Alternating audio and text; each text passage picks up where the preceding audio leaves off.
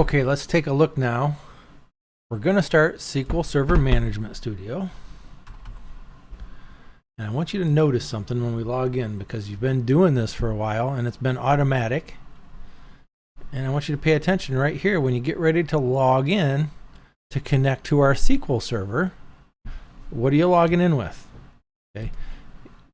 I am logging into this SQL server, this is PC 17. It's out of our classroom. I brought it home with me. To the SQL Express engine on PC 17. Okay. Authentication is set to Windows Authentication. And then if you notice, I can't type a username and password. This is the account, PC17 M Geiger. That's that M Geiger account that I logged on to my computer with. Okay. We saw that when we were looking at the accounts on our Windows computer management. When we looked at our accounts, we saw M Geiger in there.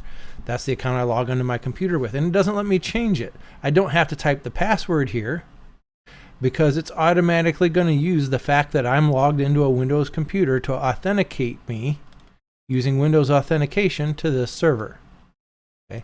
Now, if I want to, I could say SQL Server Authentication. I could give it a new login name and a new password for a login that I've created that is not a Windows account. Okay. And I haven't done that yet, but I do have the option. But normally, we've been logging on all this time with Windows Authentication, and it's been using the account from your computer, which has permission to everything. Okay, so every time you come in here and this pops up, it's already got your settings in. You were authenticating yourself to your SQL server by saying, hey, I'm the user that's logged onto this computer, and they have permission. I'll make sure you realize that. So we hit connect. Okay, and here we're connected to SQL Express on PC 17. In my case, you're going to have the name of your computer, and whatever the name of your instance was, it's going to be different. I can't guarantee what anything is called because you guys are all using computers at home, and I don't know if it's one from our classroom, if it's one from your home computer, if it's one you borrowed from your uncle and it has his name there. I don't know. Okay, but I do want you to notice one of the folders here is security. Okay. And if we expand our databases, here's our AdventureWorks database. Under AdventureWorks, it also has a folder called security.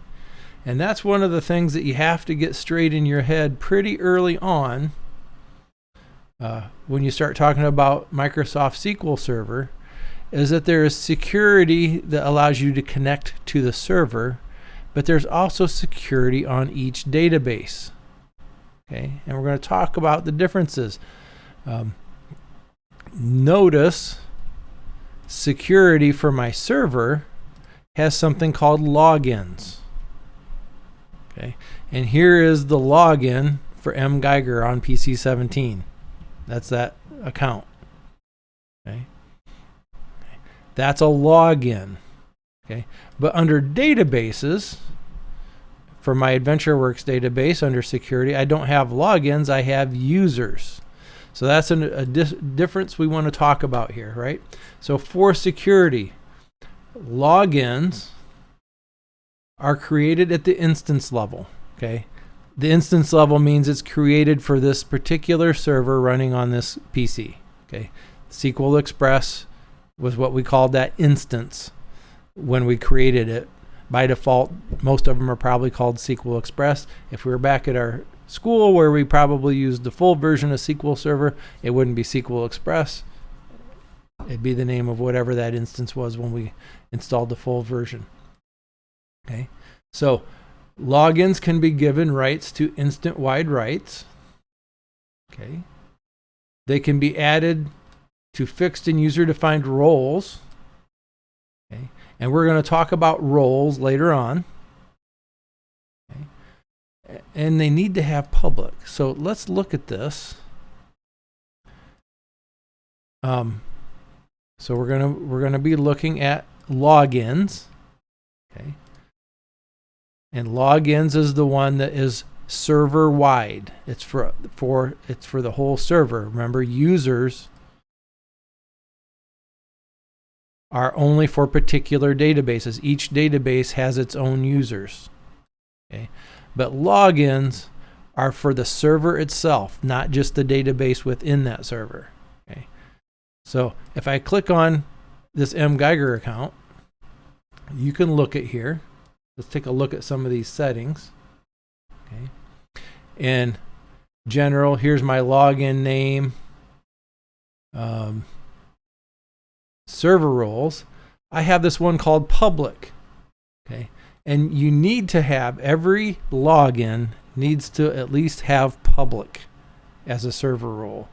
That's the only way people will be able to connect to your server, is if they have that public role. If you don't have that, you're not allowed to connect to the server.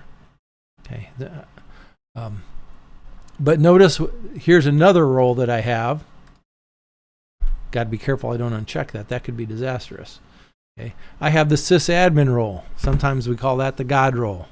Okay. And we're going to talk about roles later and what all these different roles you can have on a server. But as the sysadmin, which is the one you have on your computer, because you get it automatically when you set it up with that account that you have created, you have God role. That God has control of everything, right? So there's nothing on this server that the sysadmin can't have control of, right? It's a very, very dangerous role. And we have been using it all the time. In a real production environment, you do not use the sysadmin role for anything. Okay? So usually you create a sysadmin account, and then the first thing you do under the sysadmin account is create different users, including one for yourself that you're going to use for day-to-day operations. Okay? And you never give sysadmin to anybody. Okay? Because it's very dangerous. They have full access to every database in the entire server. And if you are logging on and somebody peeks over your shoulder and sees your password, or somehow intercepts your credentials online, or something happens, it's got a lot of control associated with it. So usually we create separate accounts that are not sysadmin, and that's what you log on with to do your day-to-day thing. Okay? You don't log on with the sysadmin account. You would only use sysadmin when you need to do something above what is a normal day-to-day type activity. Okay, and we'll talk more about these roles in a little bit. Okay, so but you can see that my account mGeiger has the sysadmin role, and it also has the public role that lets me attach to the database to begin with. Okay, now let's create a new login. Okay, so here's my new login. Okay. I can use Windows authentication. That's what we've been doing. That means that whoever logs into this server is already going to have an account either on my computer, like we created in the first video, or in my domain if I have a big network. When you log in our classroom, you log in to any computer in there, right? And it authenticates you back to the server. That's still Windows authentication. But I also have this option of doing SQL Server authentication. That means I'm creating a login name. Here's Sally.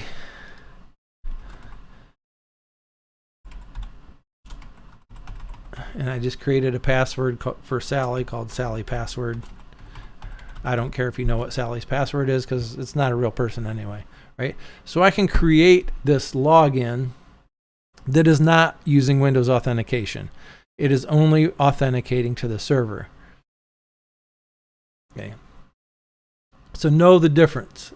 Windows authentication uses the account that's already logged on to the computer, like we did when we started SSMS at the beginning.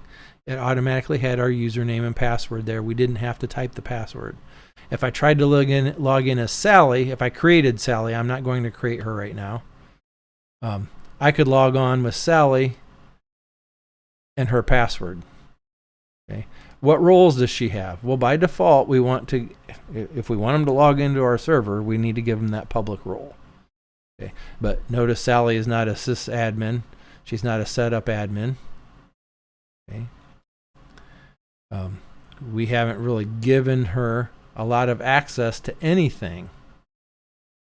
Okay, I'm going to go ahead and create Sally.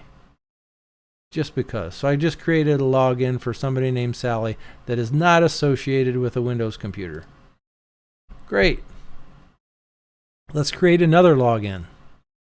This is going to be the login for George. Okay. George was the user I created on my computer in the first video. So I'm going to go in here and search, and let's just type George and hit check names, and it shows me there's, you can see it's underlined. Matter of fact, I can just type GE. No, can't find one. Can't find it. I guess I do need to type the whole thing. PC17 George. That was the name of my computer, and this is the user George that we created on this computer. And we'll say OK. His server roles, he's going to be public for now. Okay. So we just created 2 logins. One for George, which is the account from PC17, and one for this one named Sally.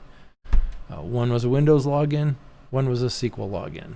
Okay. They both perform the same function. They let those people connect to the computer and give them the roles. And we'll talk about these roles in a little bit on a different video. Okay, so that's the first step. Create the login for the user. All right, I'm going to stop this video right here.